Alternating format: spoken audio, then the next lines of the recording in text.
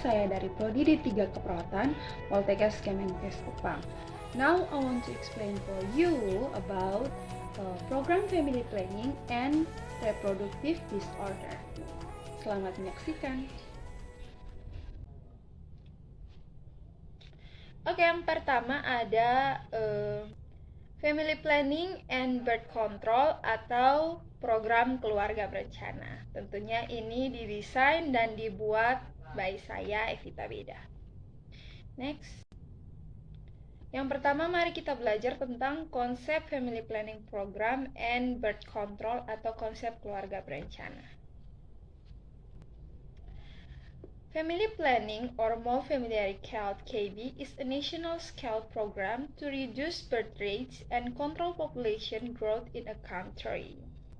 Jadi, keluarga berencana itu merupakan program berskala nasional yang tujuan dari program ini adalah menurunkan angka kelahiran di suatu negara.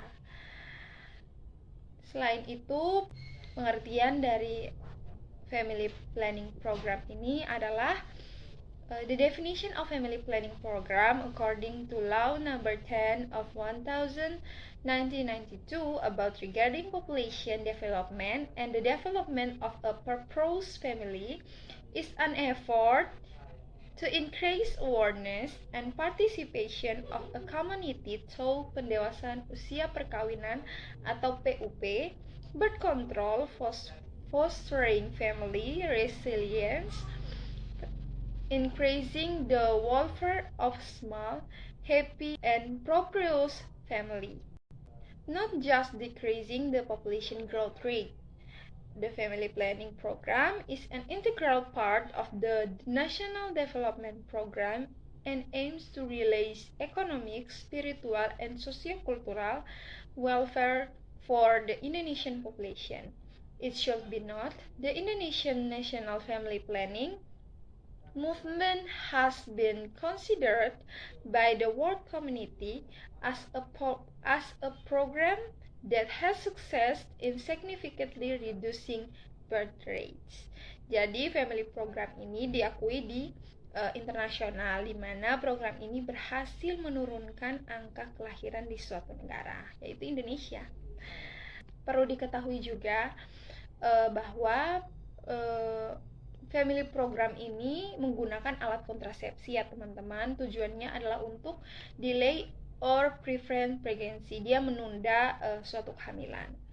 Dan juga perlu juga diketahui selanjutnya yaitu in this family planning program is run and supervised by the National Population and Family Planning Agency atau BKKBN di Indonesia.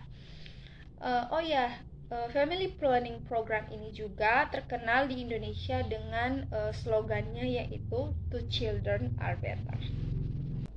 The goals of family planning atau tujuan keluarga berencana. Itu yang pertama ada forming a small prosperous family according to economic condition of the family. Jadi untuk tujuan pertama ini adalah membentuk keluarga kecil sederhana sesuai dengan kondisi ekonomi keluarga. Jadi jika ekonomi keluarganya pas-pasan, maka diharapkan family atau keluarga ini mempunyai tingkat kelahiran yang kecil, seperti itu. Selanjutnya tujuan yang kedua yaitu launching a small family with enough two children, yaitu meluncurkan keluarga kecil dengan cukup 2 anak. Jadi lebih baik keluarga dengan ayah, ibu, dan cukup 2 anak, yaitu laki-laki dan perempuan.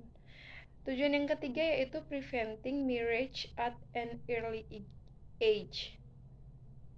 Itu adalah mencegah pernikahan anak usia dini. Nah, tujuan yang ketiga ini menekankan angka perkawinan anak usia dini.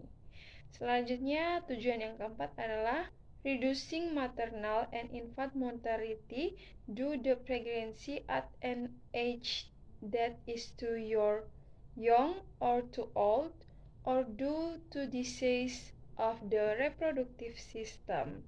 Mana tujuan yang keempat ini menurunkan angka kematian ibu dan bayi karena kehamilan pada usia yang terlalu muda atau terlalu tua, atau karena penyakit sistem reproduksi. Nah, ini juga penting ya. Selanjutnya tujuan yang terakhir yaitu suppress the population and balance the number of needs with the population in Indonesia. Nah, tujuan yang kelima ini maksudnya yaitu menekan jumlah penduduk dan menyeimbangkan jumlah kebutuhan dengan jumlah penduduk di Indonesia. So, that's our 5 goals of the family planning program.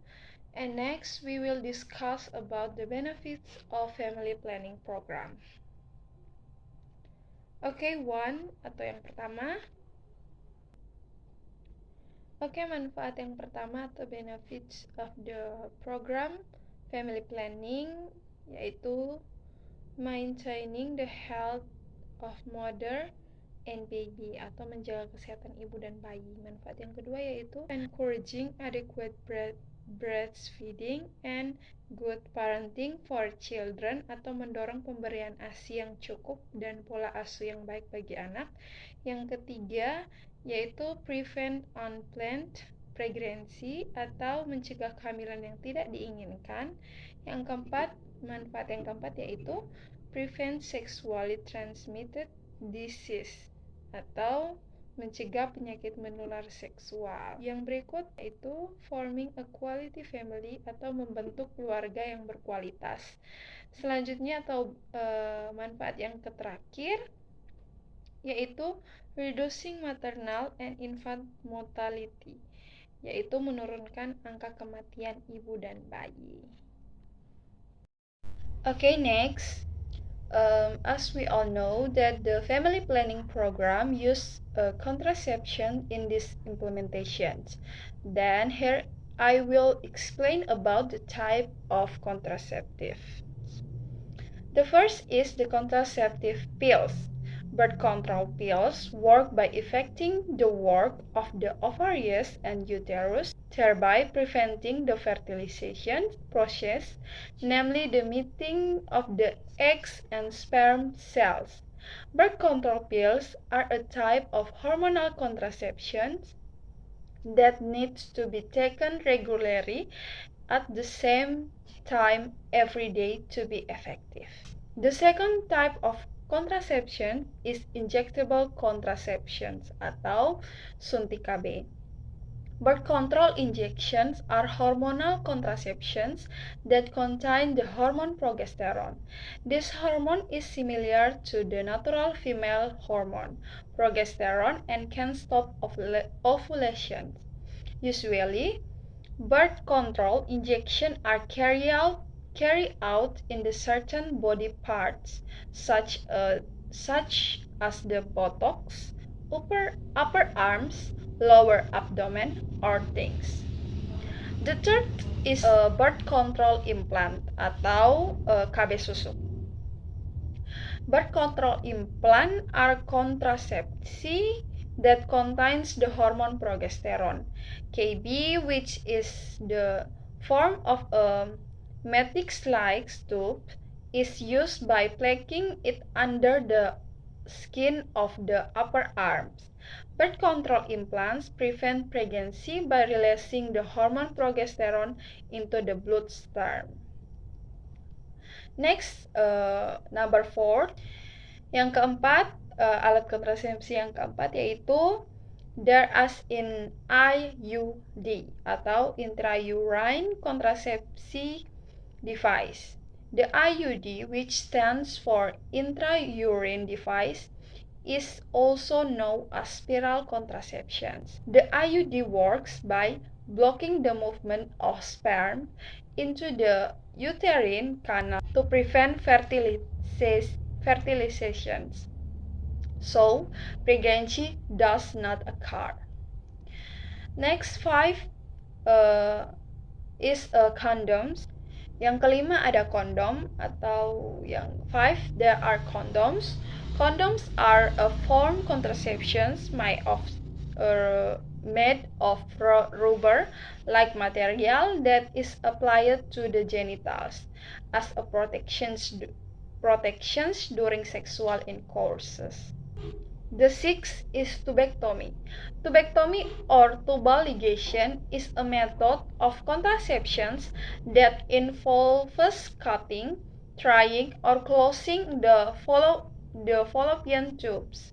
The method can prevent the eggs from traveling to the fallopian tube and prevent the sperm from meeting the egg. 7 or the last is vasectomy. Vasectomy is one of the most effective methods of contraception in men. This procedure is permanent, but men can still ejaculate. However, the same that is released to ejaculations does not contain sperm, so that process of fertilization of the egg will not occur. Jadi ada sekitar 7 alat untuk kontrasepsi pada program family planning ini. Untuk garis besarnya, yang pil itu dia bekerja untuk mempengaruhi kerja ovarium dalam rahim. Terus alat kontrasepsi suntik mengandung hormon progesteron, biasa dilakukan di bagian tubuh tertentu seperti bokong, lengan atas, perut bagian bawah, atau paha. Yang ketiga ada implan atau susuk seperti yang sudah saya jelaskan tadi, berbentuk seperti tabung atau batang korek api, digunakan dengan cara ditaruh di bawah kulit lengan atas. Nah, KB jenis implan ini untuk mencegah kehamilan dengan melepaskan hormon progesteron ke dalam aliran darah. Yang keempat ada IUD atau intrauterine contraception device. Nah, yang ini alat kontrasepsi spiral. Nah, IUD ini bekerja menghalang pergerakan sperma ke dalam saluran rahim untuk mencegah perbuahan sehingga tidak terjadi kehamilan. Yang kelima ada kondom. Sudah sangat diketahui bahwa kondom itu digunakan untuk alat genitalia pria agar melindungi pada saat melakukan hubungan seksual. Selanjutnya ada yang keenam ada tubektomi. Nah, tubektomi ini salah satu kontrasepsi yang hanya untuk jenis kelamin wanita. Kenapa saya bilang demikian? Karena tubektomi ini adalah metode kontrasepsi yang melibatkan pemotongan, pengikatan, dan penutupan saluran tuba falopi pada genitalia wanita. Sedangkan yang terakhir yaitu vasektomi, itu adalah metode kontrasepsi yang paling efektif untuk pria. Nah, tapi dia bersifat permanen.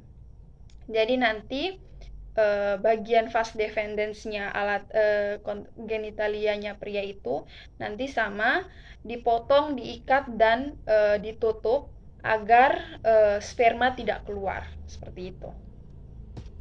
Itu adalah ketujuh alat kontrasepsi. Selanjutnya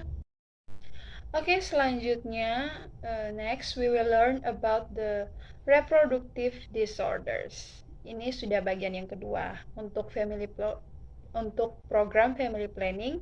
Tadi sudah berakhir pada tipe-tipe alat kontrasepsi. Mari kita belajar tentang gangguan reproduksi atau reproduksi disorder. Mari kita sama-sama lihat apa konsep atau pengertian dari gangguan reproduksi itu sendiri. Let's look the concept of reproductive disorder together. Okay, disease of the reproductive system can affect both men and women. This disease can be caused by infection, inflammation, genetic disorders, hormonal disorders, and even cancer. Diseases that attack the reproductive system have a high chance of causing fertility problems. The male and female reproductive system are unique. Each reproductive system has a different structure and functions. However, both are designed to allow the fertilization of the egg by the sperm, which will lead to pregnancy. Next, ayo kita belajar tentang gangguan-gangguan yang bisa terjadi di organ reproduksi wanita. Disease of the female reproductive system. Oh ya, yang pertama perlu saya ingatkan bahwa it's important to know that the female reproductive system consists of internal and external organ. The internal female reproductive organ include the vagina, uterus, fallopian tube atau tuba fallopi, and ovaries atau ovarium. While the external female reproduction organ adalah ada vulva, ada Bartholin glands dan clitoris. Baik, untuk gangguan sistem reproduksi wanita yang pertama yang saya ambil yaitu endometriosis. Apa itu endometriosis? Endometriosis is a disease that occurs when the tissue that forms the inner lining of the uterus grows elsewhere in the body. Jadi wanita dengan gangguan endometriosis ini adalah wanita dengan gangguan pertumbuhan jaringan yang seharusnya tumbuh di dalam rahim, tapi dia tumbuh di luar rahim. Nah, seperti yang ada di gambar ini, jadi jaringan yang dimaksud adalah jaringan yang berada di dalam liang rahim ini. Nah, jadi jaringan tersebut akan luruh bersama menstruasi jika tidak terjadi kehamilan.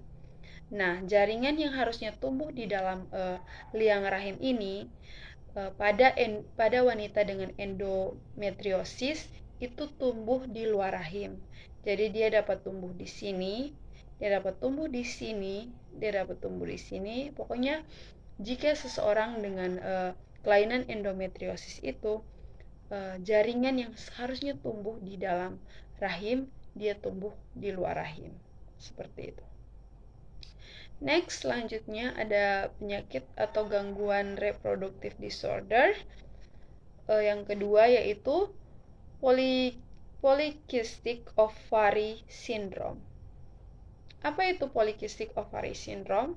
Jadi polycystic ovary syndrome ini is a hormonal disorder that occurs in women of childbearing age.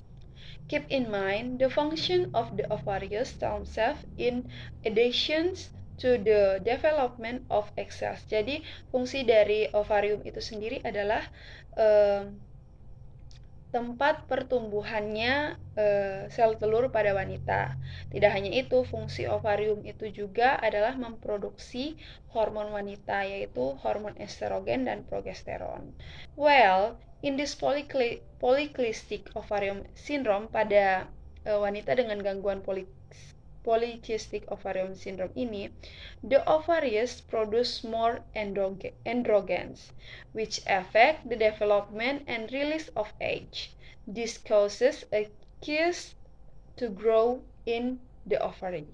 Usually women with this disease have difficulty experiences fertility or fertilizations due to disorders of the ovarians. Jadi orang atau wanita dengan gangguan polycystic ovarian syndrome ini